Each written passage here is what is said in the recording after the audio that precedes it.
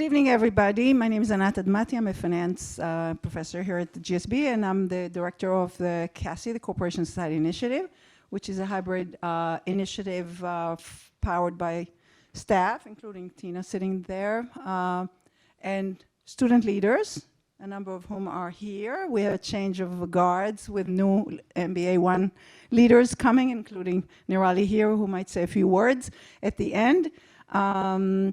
And this is our final event of the year, and we couldn't be more pleased than to host Karen Hao and Evan Epstein, who's going to moderate, to discuss this incredibly hot topic, which is about the governance of artificial intelligence, or artificial general intelligence, AGI, and especially the role of Sam Altman and OpenAI, a very much in the news corporation and person. Karen spoke today at an event at so-called HI, human-based source meant artificial intelligence here at Stanford. It was interesting. I went there, and then I interviewed her for something I record called Power to Truth, because that's what she and we are about. And I'm going to, without further ado, let Evan take it from here. Evan is a lecturer here and teaches corporate governance, and there's nothing more. We were just discussing this article called OpenAI's New Path to Conversion, meaning from a nonprofit to a for-profit control, faces activist opposition about the big battle in the courts and everywhere else. So take it from here. Evan, thank you so much. Thank you very much, and it's great to be here, and thank you for the invitation, Anat. And I'm very pleased to be talking about AI and talking to you about your book. It is the hottest thing in the Bay Area, in the United States, and you do an incredible job with your book of describing in detail what's going on. So first, I want to ask you, what inspired you to write this book, and how did you get started with it? Yeah, so I'll take a step back and talk a little bit about my career first and how I ended up covering AI in the first place. So I was originally a mechanical engineer. I went to MIT for undergrad, and I thought I would work in the tech industry, never thought I would do journalism.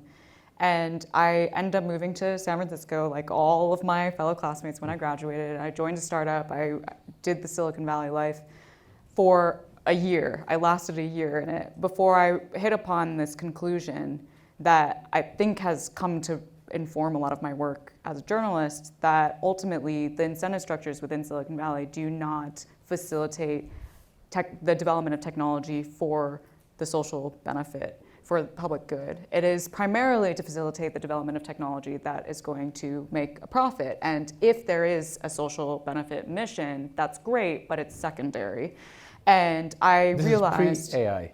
This is, well, yeah, this was in 2015, 2016, which technically AI was already around back then, but certainly it was pre-generative AI and this quest towards AGI. And I realized that the problems that I was most interested in, the reason why I studied engineering in the first place, was I was interested in sustainability and climate change and developing technology as a tool for social change. How do we create products that will change people's behaviors in ways that will help mitigate the climate crisis? And those types of problems are not profitable problems. And so I couldn't really imagine continuing to exist within that specific technology development ecosystem and be able to do work on the problems that I was most interested in working on. And so I naively thought, well, if I don't use technology as my tool for social change, maybe I can use writing as my tool for social change, and that must mean I'm a journalist. And so I switched into journalism. And it turns out, even though the logic was a little bit naive, that it ended up being the perfect place for me. And I started covering tech and covering the challenges around the tech industry and the incentive misalignments that I saw, and then specialized in AI starting in 2018. And it was when in 2018, I joined MIT Technology Review. That's how I started covering AI.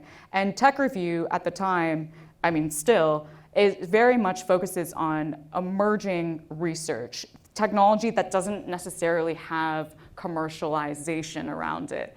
And OpenAI was originally founded as a nonprofit to be a fundamental AI research lab with no intention of commercialization. And so it was squarely on my beat. And so that's what led me to have the nonprofit on my radar.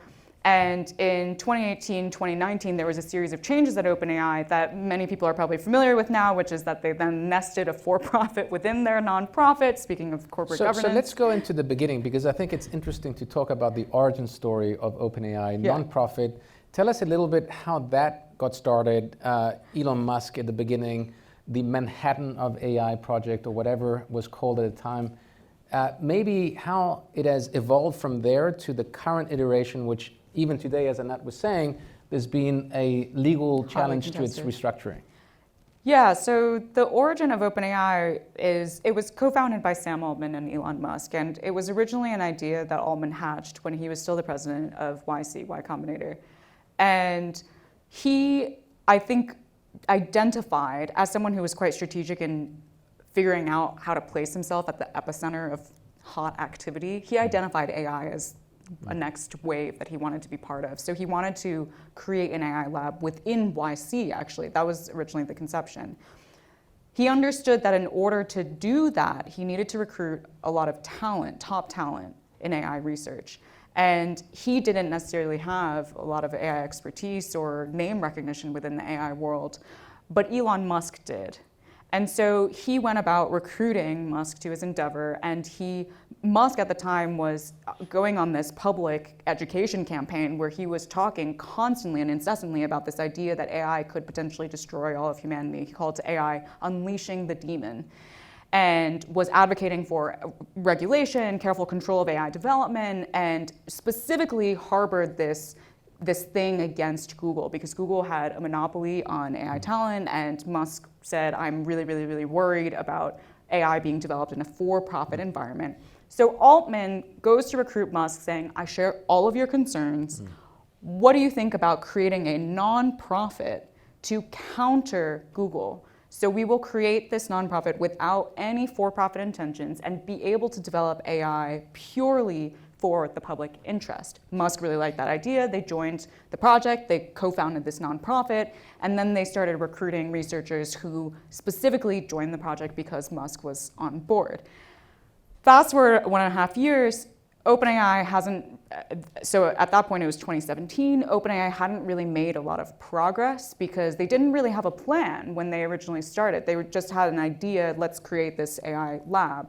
And so they came to develop a plan specifically for how do we become a leader in AI development? How do we become number one? And they hit upon a specific approach, a thesis for AI development, which was let's just take all of the techniques that we have today and aggressively scale it. Throw more data than we've ever seen before at training these software called neural networks. Use larger supercomputers than have ever been built before to train these systems, and just see what happens. See if it gets us more powerful systems. And if we do that faster than anyone else, then we will get to number one. And so suddenly, the bottleneck shifted from talent to capital.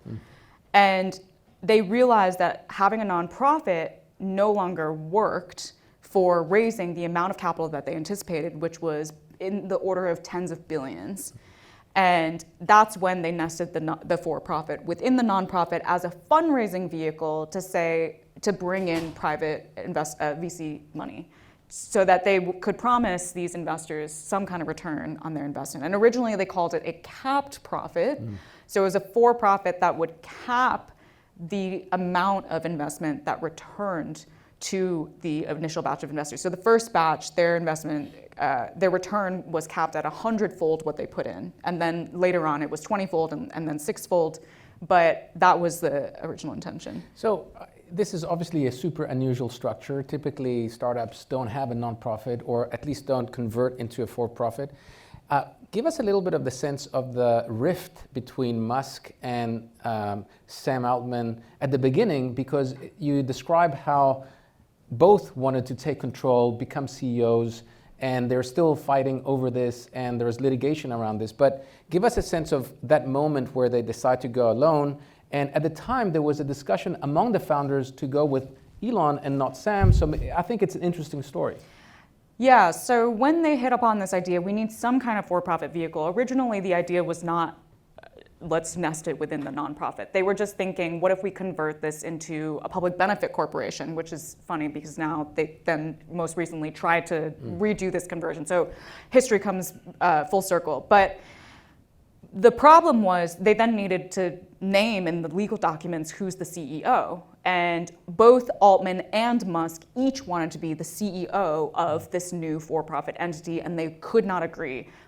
The two other co-founders, one was serving as the chief technology officer, Greg Brockman. The other was chief scientist, Ilya Sutskever. They actually initially chose Musk.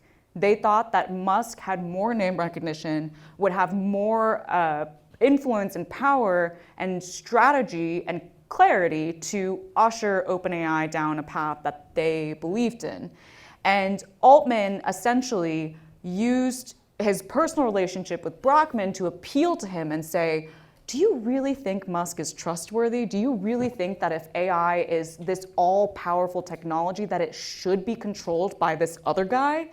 How can you do this to me, your close friend? Why don't you see my ability to lead this endeavor? And Brockman got very quickly convinced, and then Brockman and Sutskever at the time were quite close because they had gone through the journey of creating the company together. And so then Brockman whispers in Sutskever's ear, and Sutskever eventually also decides, okay, let's choose Altman instead of Musk. And at that point, Musk was like, I don't want to be part of it anymore. If I'm not the CEO, if I'm not controlling this, and it's now turning from a nonprofit to a for-profit, then I'm out. And so he steps off as co-chairman. But for years, he actually continued to play a role in that he then installed one of his deputies from Neuralink, Siobhan Zilis, to be on OpenAI's board and continue to be a conduit and feed him information, and that Siobhan stayed for many years.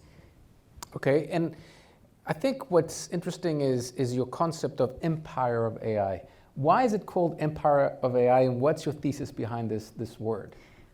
So the title of the book is a nod to this argument that I make that these companies like OpenAI need to be understood now as new forms of empire. And the reason is because empires of AI, as I call them, have all the same characteristics as empires of old. They lay claim to resources that are not their own, and they redesign or reinterpret rules to suggest that it's always been their own. So that's referring to, the data that they scrape from the internet. Companies argue it's publicly available, and therefore we should be able to take it. It's in the public domain. But of course, many people who put their data on the internet did not do it with the informed consent of having that taken to train AI models that ultimately might limit their future economic opportunity. Empires also exploit a lot of labor. So OpenAI, they were contracting and still contract workers around the world, originally in the global south, to do things like data annotation, data labeling, content moderation of their products in very, very exploitative conditions where they're paid $2 an hour to do extremely psychologically toxic work. They're also labor exploitative in the sense that OpenAI's definition of AGI is highly autonomous systems that outperform humans in most economically valuable work. So their explicit stated intention is to create labor automating machines. And so not only is the development, the supply chain of this AI development leading to labor exploitation, also the result of that AI development is intended to exploit labor. The third feature of empires is that they monopolize knowledge production. So one of the things that's happened over the last 10 years is these companies are so resource rich that they are able to hire all of the top AI researchers in the world. And so we've seen a dramatic shift from AI researchers predominantly working in academia or other independently funded institutions to primarily either working in or being funded by these AI companies. And so most of the AI research that's produced today, which is the bedrock of public understanding of how this technology works and what its limitations are, is filtered through what is good and not good for the companies, what is good and not good for the empire. And the last feature of empire building is there's always this narrative that there's a good empire and there are evil empires. And the justification for why the good empire needs to be an empire in the first place and do all of this resource extraction, all of this labor exploitation, is to make themselves strong enough to beat the evil empire. And they conceive of themselves as good because they have a civilizing mission, this idea that ultimately they're going to create something that will bring progress and modernity to all of humanity, and that will actually allow humanity to prosper rather than go to heaven rather than go to hell. I've talked to a lot of people about this, and I want to ask you, what does it mean that they have this benefit to humanity, and how do you interpret that meaning? Because, you know, they say their fiduciary duty is to humanity as a whole, which is a completely, it means nothing in legal terms, but I want to ask you, how do you perceive that mission originally, and how has it evolved? How did I perceive it originally? Well, you know, when I first started covering OpenAI, I had skepticism because I was skeptical of any company that uses that kind of highfalutin language. But also, I did think that there's something beautiful about saying we really want to develop technology for the benefit of all of humanity. Like, if you take that idea really, really, really seriously, it is something we should all aspire to, you know? But of course, what I conclude in the book by my epilogue is that this very particular mission that OpenAI had is so, it lacks clarity, it lacks definition to the point where I think it has become the narrative empire building tool, because the full OpenAI mission is to ensure AGI benefits all of humanity. They cannot, to this day, within OpenAI, there's no agreement on what the phrase "to ensure" means, there's no agreement on what AGI is, and there's no agreement on what benefit to all of humanity is. So there's no agreement on any part of this mission.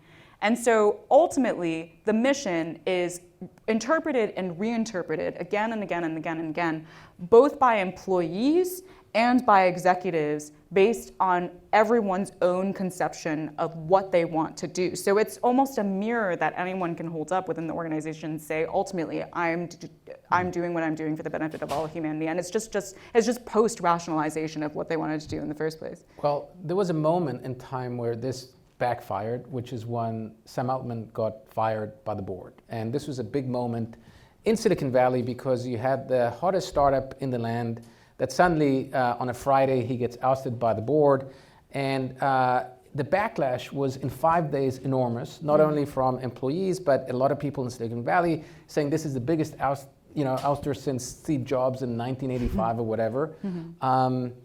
Tell us about that story. You write about the ouster. What do you think the board had in mind? Why the board decided at the moment to fire Sam Altman? They made a statement which is, we have lost confidence in him. But in your reporting, what did you find, and what did you make out of the pushback out of employees and others in Silicon Valley? It's a really complicated and long-winded answer, so I'll try to be succinct. But there were two forces at play that led to the board crisis. One is this, what I call a quasi-religious ideological clash that is happening within the AI world between two different factions called the boomers and the doomers. Boomers believe that AGI is going to bring utopia. Doomers believe AGI is going to kill all of humanity.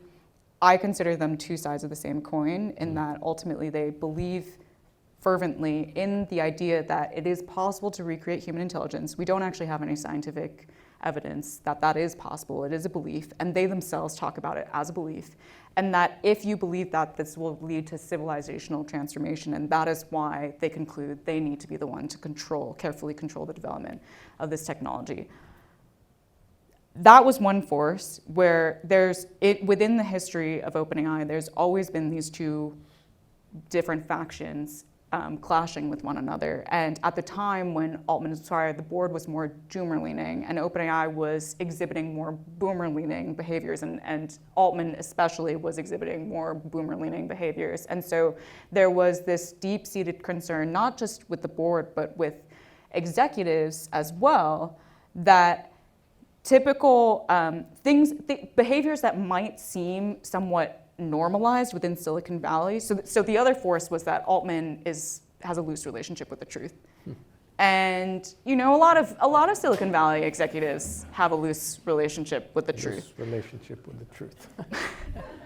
But if you believe that the stakes are potentially the difference between bringing humanity to utopia or to devastation, the things that might be normalized, the behaviors that might seem acceptable or at least manageable in a typical Silicon Valley startup suddenly become extremely consequential.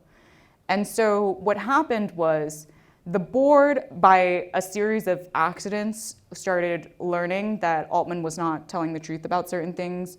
One of them being that OpenAI's startup fund, which was called OpenAI Startup Fund, a vehicle that it had started to invest in startups that would use OpenAI's technology, was actually owned by Altman.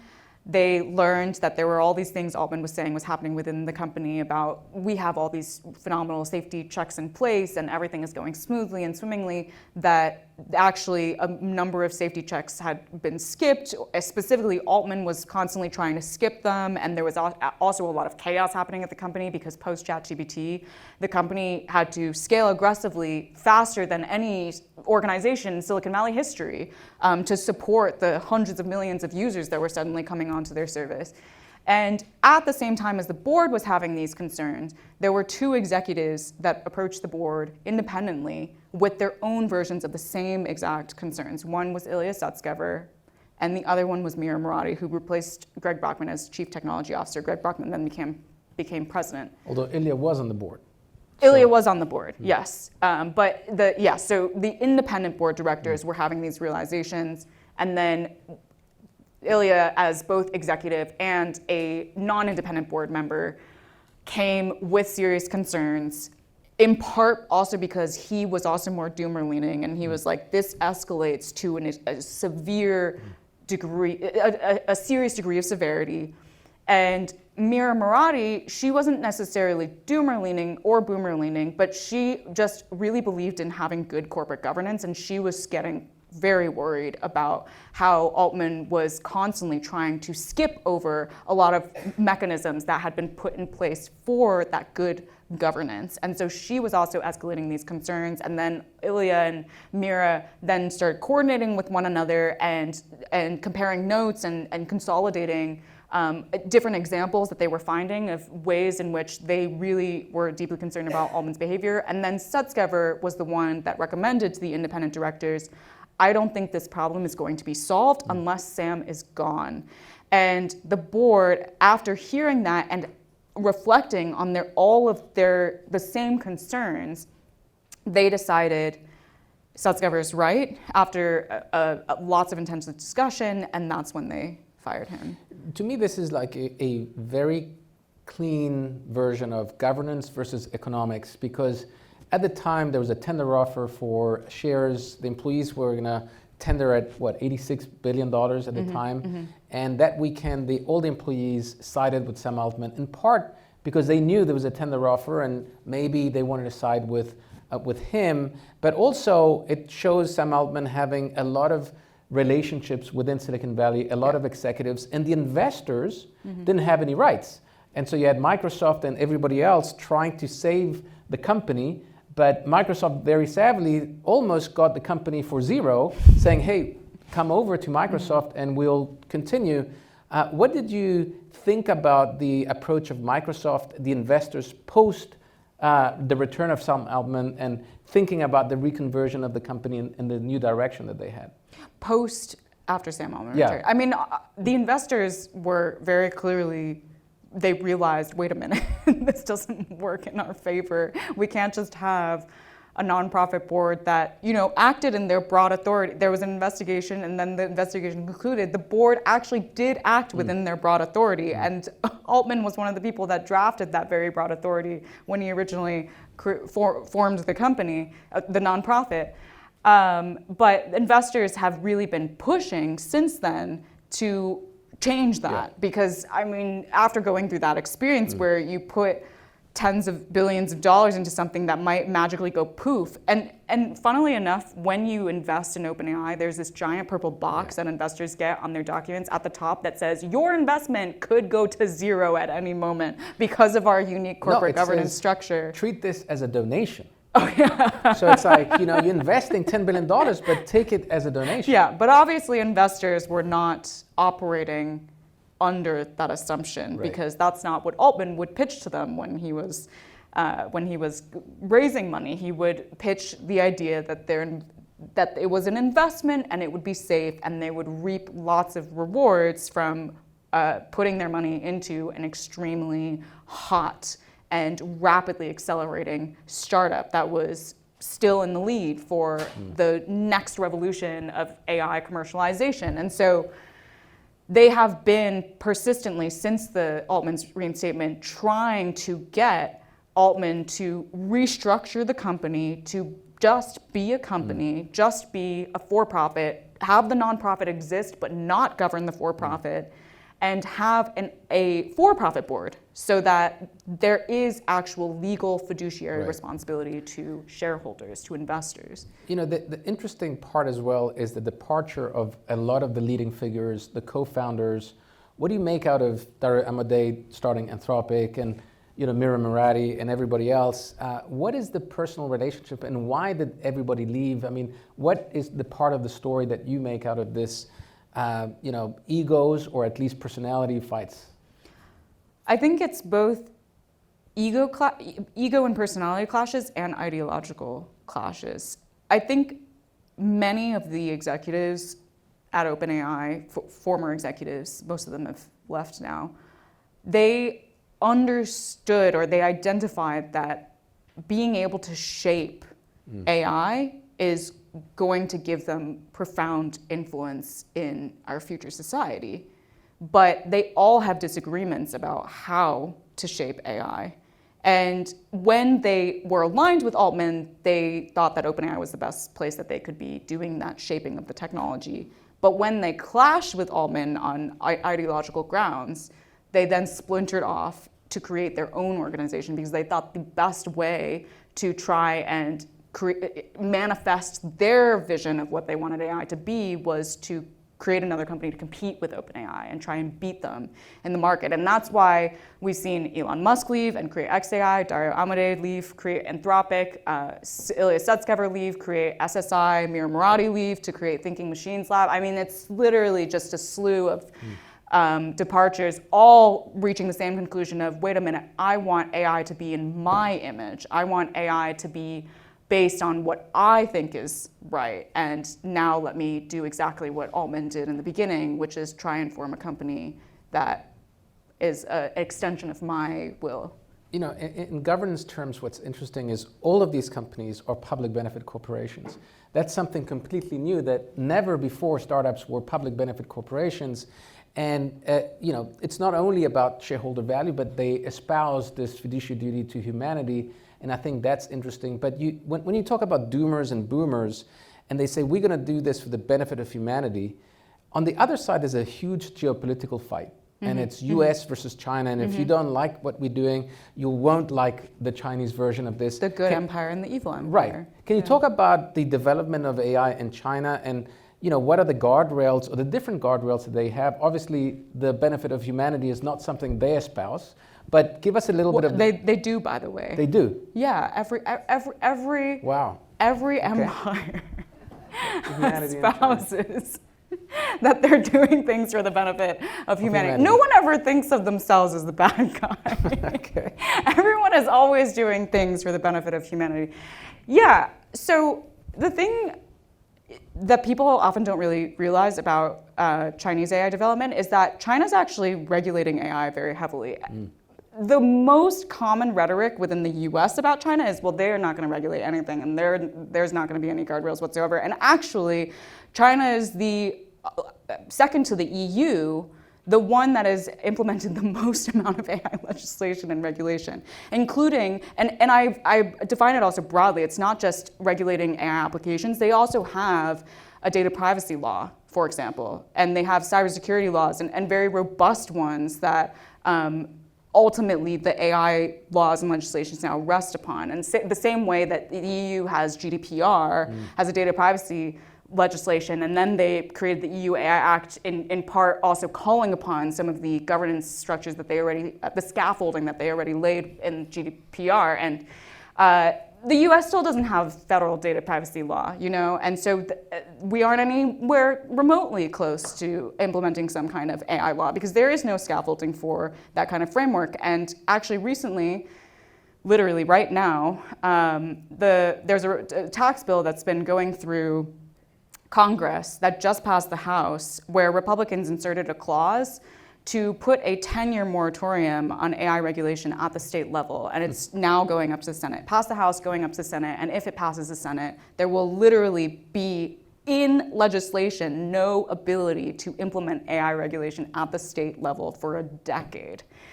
And so, so companies in the US will always evoke this what about China card when they want to ward off regulation. Mm-hmm. A key flaw in their argument is that China actually is already regulating these things. And Silicon Valley, if we take stock of what has this what about China card has actually gotten us over the last decade, I would argue that it hasn't gotten us any more democratic technologies. It's actually gotten us the reverse. We've just gotten more authoritarian technologies. And I write for a publication, I write for The Atlantic, and the executive editor at The Atlantic says we need to call these companies what they are. They're techno-authoritarians. They don't actually ask anyone participation in how to develop their platforms. They don't actually ask where these technologies should be deployed. And so we have seen the slow unraveling of liberalism around the world at the hands of Silicon Valley companies. And we need to realize that if we want to actually create more democratic AI, it's not about just ripping off all the guardrails, it's actually implementing more of them. Yeah, I mean, this is a much broader, this is more an Anat's field of corporations and society, and it's a little bit of the vision of what is the role of corporations in society. But you touch on a topic of scale at all costs. Silicon Valley is famous for move fast and break things, and then you keep going. In this case, the rate of scaling is off the charts. And we are seeing announcements of $500 billion, the Stargate project. And how do you think about the scale at all costs? And you think that's exactly the card that they're playing? And you are not a very good, or at least you're not very optimistic that it's going to end well. No, I don't think it's going to end well because it's not going well right now, the scaling at all costs.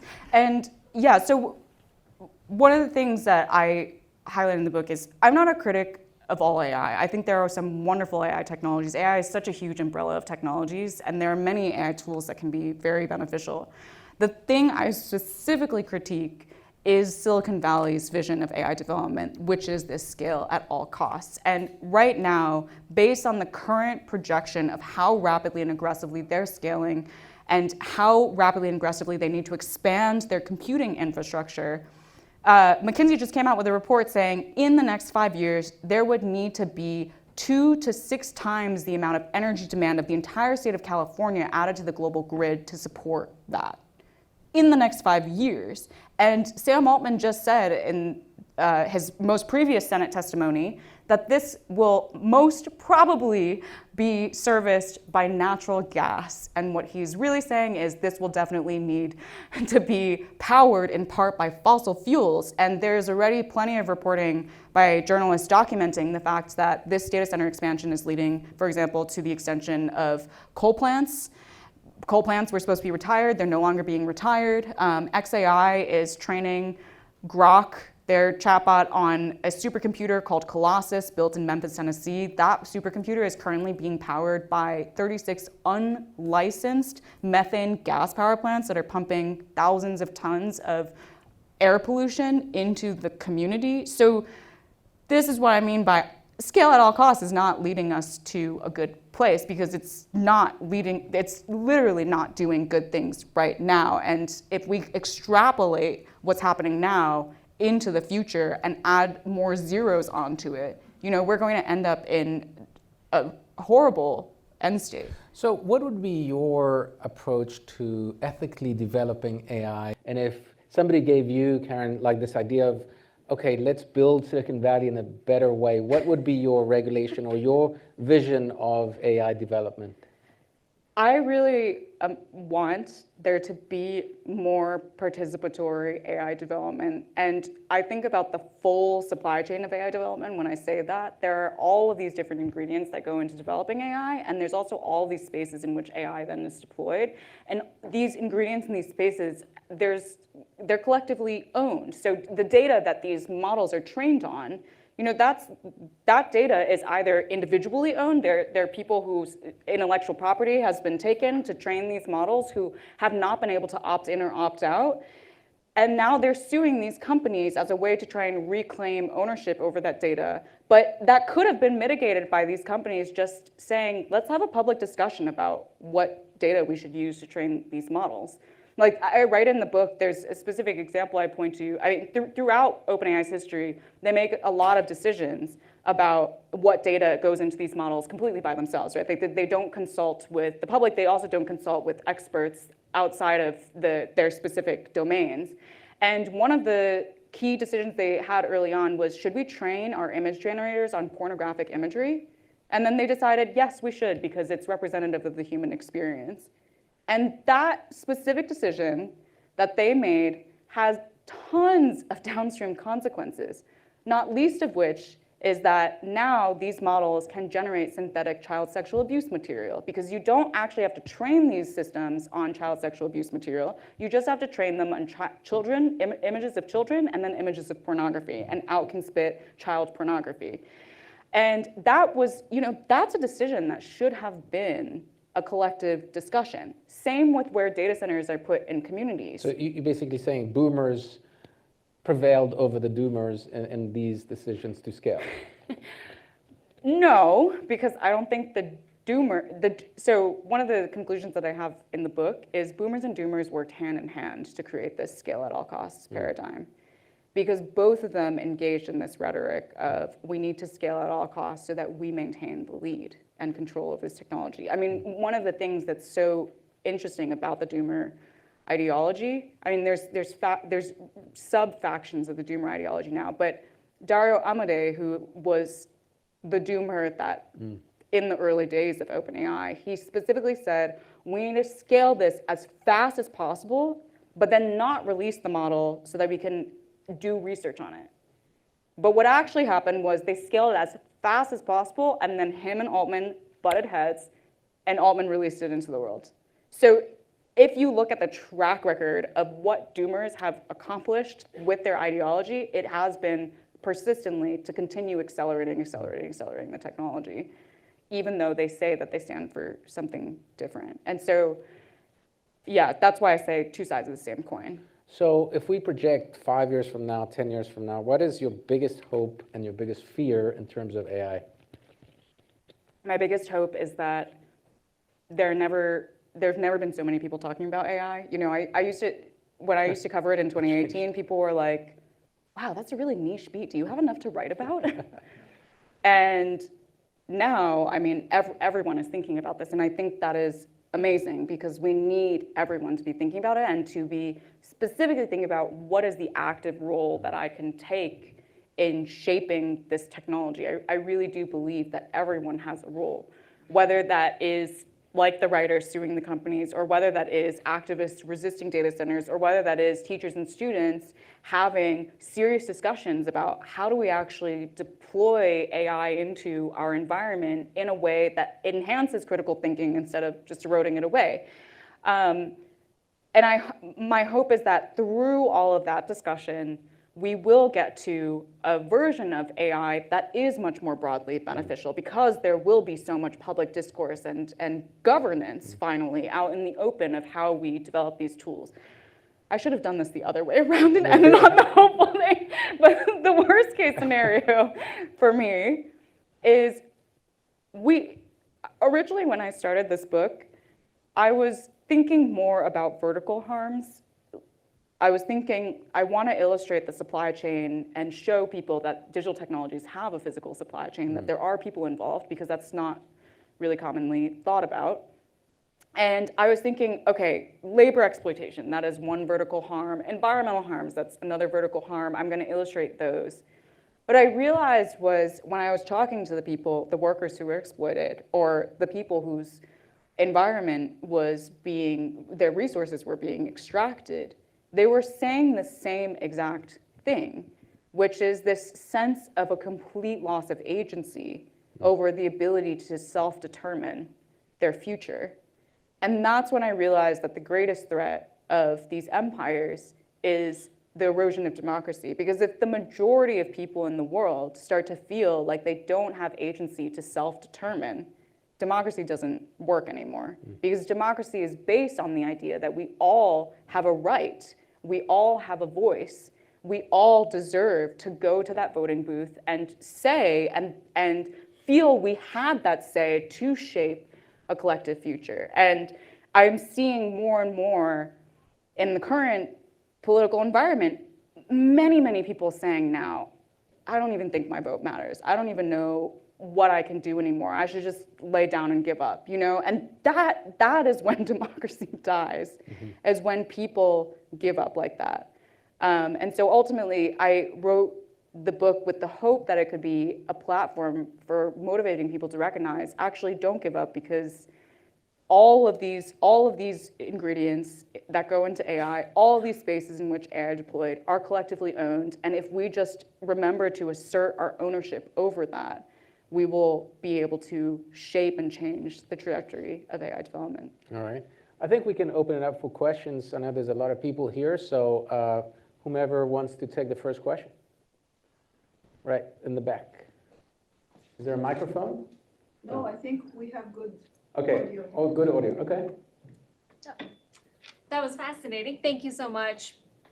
You painted, the idealistic world, what would be your North Star and your vision.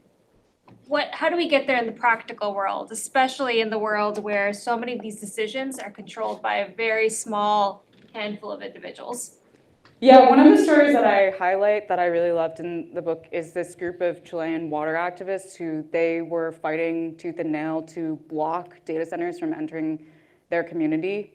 And they basically, Chile has a very interesting history that Evan knows well. I know, I'm from Chile, so I can attest. It was under dictatorship for a very long time, and there were a lot of public goods that became privatized, including water. Water is privatized in Chile, except for this one community in the greater Santiago metropolitan region that still retains a public freshwater supply that they use, and then in emergency situations around the country, that freshwater supply also gets wheeled out for addressing those emergency situations. And Google decided to pick that exact community to plan a data center that would take all of their fresh water. And that community was like, no, this is our fresh water. What are you going to give us in return for taking that fresh water?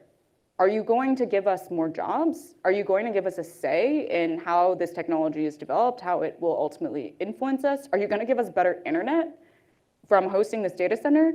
Until you say something that is worth listening to, we will make trouble and not allow this data center to move forward. And so they canvassed on the streets, they knocked every single one of their neighbors' doors, they handed out flyers, they put up posters, they went to City Hall, they made so much noise that they blocked this data center from being developed for 5 years.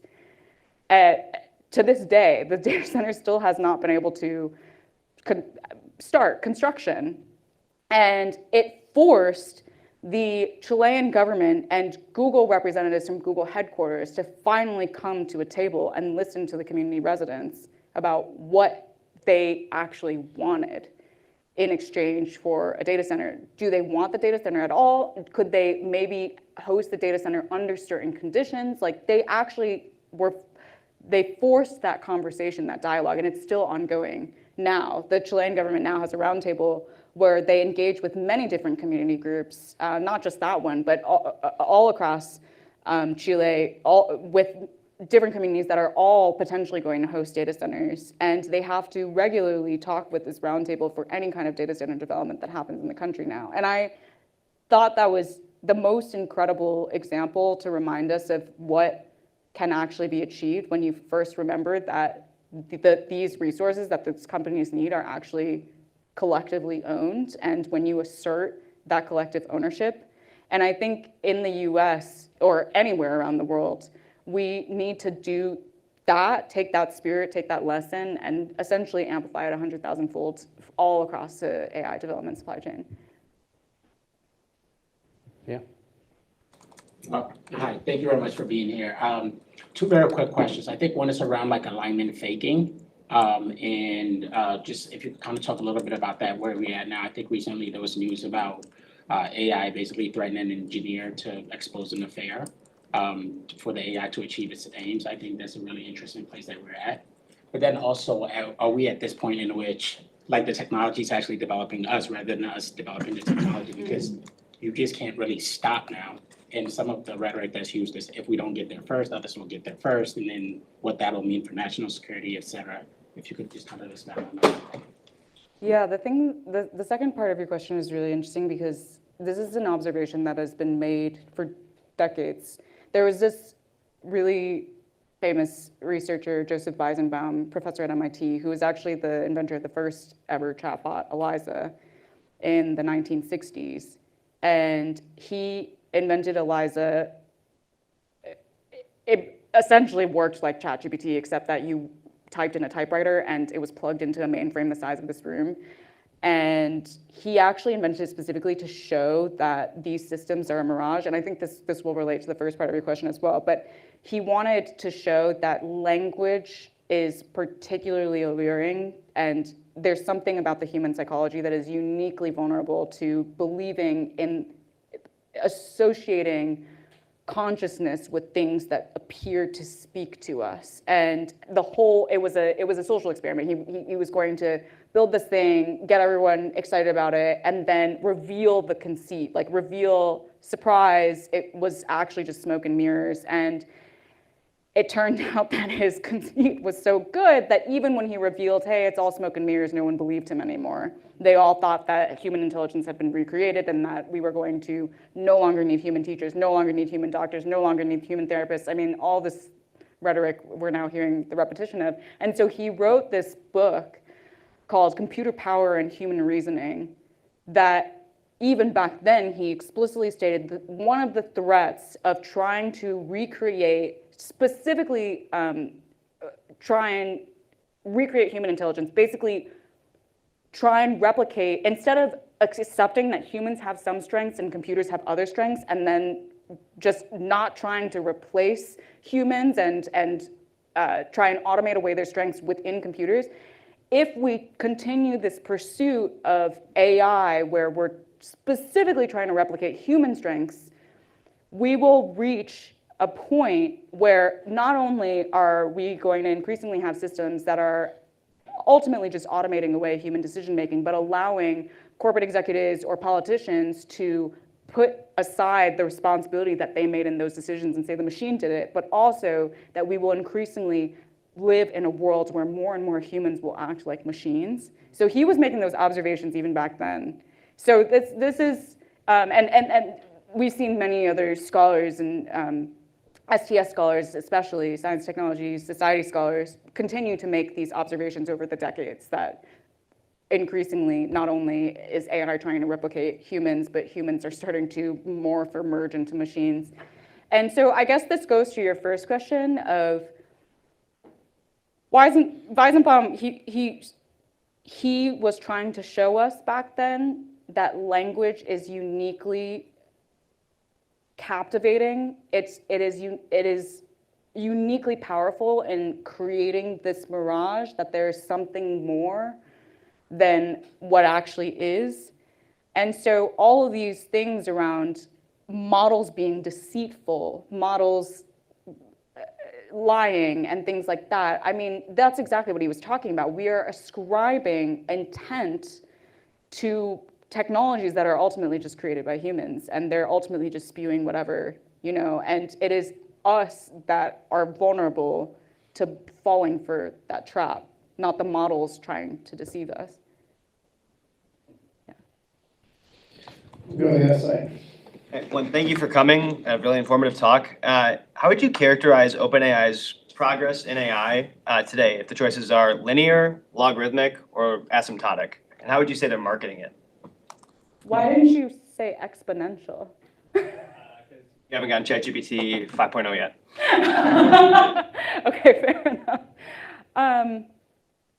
Specifically when it comes to research capabilities, I think it's asymptotic because they have started tapping out of their scaling paradigm. They have not been able to hit upon. So in my book, I got access to their 2021 research roadmap during my reporting, and even back then in 2021, they were like, we need to figure out something that comes after scaling because we are running out of runway on the scaling thing.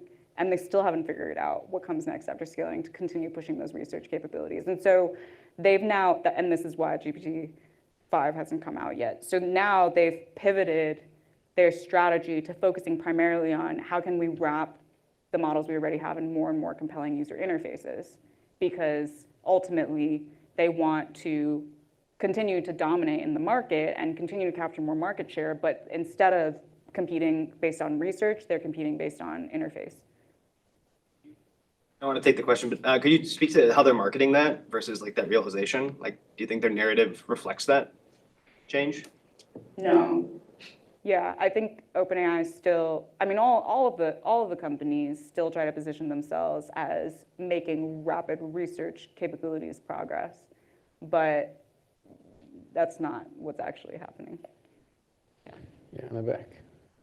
So I was writing on AI governance in 2019, and already then there was a big open source versus closed source debate, and I think it's gone quiet in the last 6 months, but I see that it could come back in the next 6 months. So I was wondering, part of how they found reasons to build that empire is because they're the good guy in the open source. If we leave that to democracy, basically, the open source is going to have massive consequences. And that hasn't really played out in the way we've seen models being deployed in the last year. So how do you see kind of that future of that conversation going and in that framework of empire of AI? Yeah, one of the things that I mentioned as a feature of empire is the monopolization of knowledge production. And on the open versus closed source debate, I fall on we need things to be more open. And it's specifically because I think only when you have more open models do you start to erode the monopoly of knowledge production. The problem is that we don't have enough independent researchers cannot scrutinize these models. They cannot scrutinize the data sets. So the entire deep learning enterprise is based on this idea of test-train split. Your testing data and your training data have to be different. You cannot test your models on the same data that it was trained on.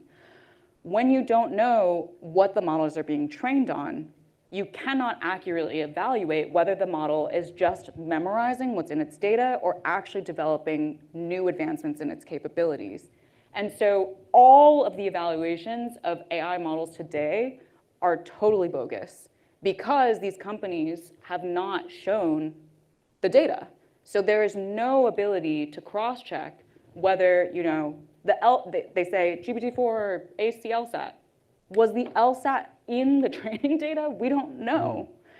And yeah, you talk in the book about the meeting with Bill Gates when he saw for the first time ChatGPT 2 or 3, and it was like the best model that he'd ever seen, presentation, and you kind of question whether it was real because it aced the biology test or some SAT test. Yeah, so Bill Gates issued this, Bill Gates was a key influencer in OpenAI getting more money from Microsoft. Even though he wasn't technically, CEO anymore of Microsoft, he was still obviously, he had a lot of sway on Microsoft executives' opinions about whether or not they should deepen their partnership with OpenAI. And so initially he was very unimpressed with OpenAI's large language model development. He was like, these are machines that are just spewing language. So what? I want something that is going to be a scientific research assistant. That's when I think we will have generated true value out of AI development. And so OpenAI researchers took that as a challenge, and he specifically said, I will talk to you when you develop an AI model that can ace the AP biology exam. get a 5 on the AP biology exam. And so OpenAI researchers took that as a challenge of, we're going to show to Bill Gates that we can develop this technology. And so they went and did all of this work to specifically get a model to ace the AP biology exam. And then Bill Gates was totally blown away when that happened. But was it trained on the AP biology exam? We don't know. Why did it ace, why it aced the AP biology exam is really crucial. If it aced it just because it was in the data, that is not nearly as impressive as if it aced it because it developed capabilities to do reasoning. And that's originally why Bill Gates chose the AP bio exam. He was like, bio requires reasoning.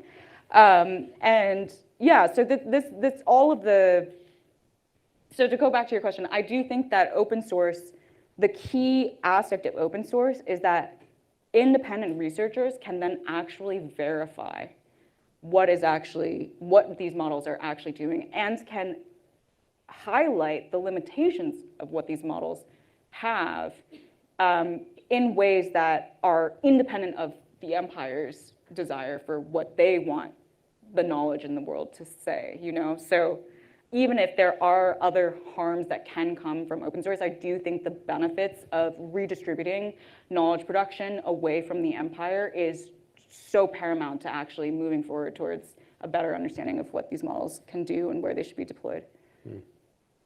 Karen, thanks very much. Great talk. I'm curious what you think the public policy kind of approach to solving this issue will be, this issue of these vastly resourced, vastly powerful empires.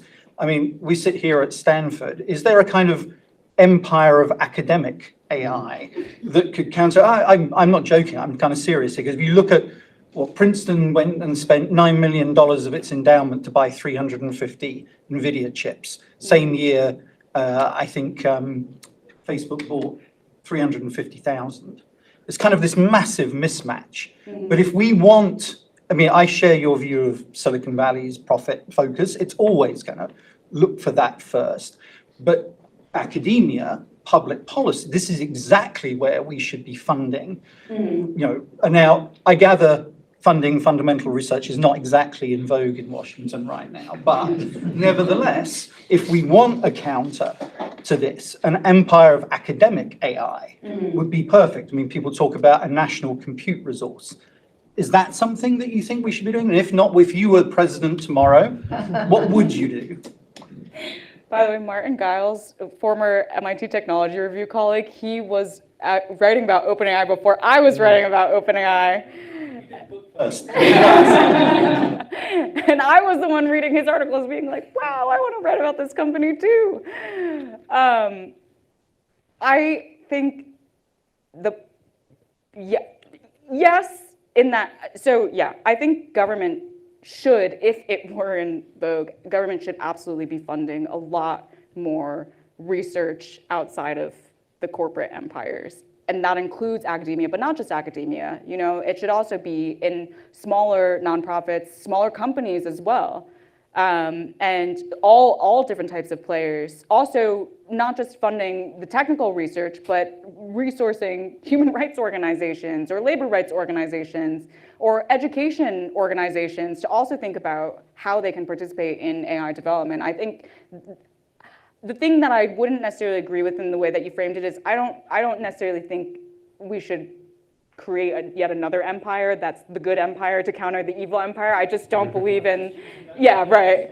Yeah, but so like the way that I think about it is ideally we should be funding lots and lots and lots of organizations outside of the corporate empires that are all doing independent work, each with their own expertise, their positionalities, so that they can all contribute to the conversation rather than just create another monopoly of knowledge somewhere else. Yeah. I just elaborate on this question. So you mentioned that there had to be some public discussion on some certain issues beforehand or something. So currently the machine is already going and there are plenty of things happened. and the discussion is happening right now here and other places, and so society is discussing that, right? So who should be leading this discussion? Like those employers, the society, the government, or maybe the smaller businesses? And what would be the role, what would be your recommendations for the smaller founders who are building, everyone is building right now AI, to probably step up and make it better? I'm going to give a really annoying answer, but to me, the answer of who should be leading these discussions is everyone. You know, anyone who has any kind of say should be gathering spaces like this to have these discussions and then advancing that in the public domain. Like I was just, right before this, I was having lunch with a Stanford University undergraduate group that was thinking about how do we use student activism or student coalition building, movement building to also assert how we think that this technology should go. And I think that's exactly the right question to ask. It's like everyone should be asking within the spaces that I occupy, the institutions that I am affiliated with, what are the mechanisms and levers that I can pull to contribute to the conversation? And you know, Stanford is so uniquely positioned in the sense that there are so many, you're right under the belly of the beast. And there is a lot of, this institution does have a lot of influence to shape the culture that ultimately creates these technologies.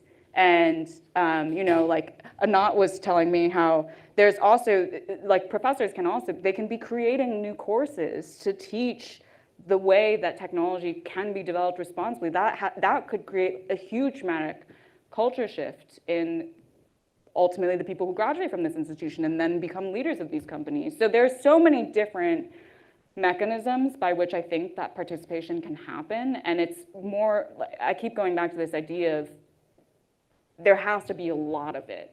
It has to be coming from every corner, not just one institution, one leader, one group, whatever, leading the discussion. And startups who are going for profits are the small startups that everyone is building AI.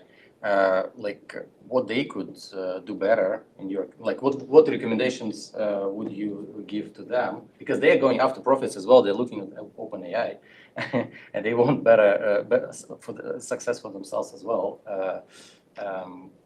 So how would you recommend them to build their business? Searching for, you know, first of all, I don't think it would be good for their business to try and compete with these companies on large-scale AI models. You know, AI startups would not have that kind of capital. And so both from a business perspective and from a social responsibility perspective, they shouldn't be competing on that game. But what they can do is actually create new imaginations of what AI can do. You know, I was just talking with a startup founder that was created a startup to focus on AI for material science discovery. And he is now specifically trying to innovate on that and show what is possible with more narrowly scoped AI systems dedicated to a specific part of the scientific process. And I thought that was awesome. You know, like there need to be more startups that are showing other types of AI tools that can be developed and contribute to ultimately what OpenAI likes to profess that is contributing to, like AI for science, AI for more resilient energy systems, AI for healthcare, things like that. I think that's what AI startups could do in this space. I think, Annette, we are out of time, so thank you very much, Karen, for your time. Thank you so much.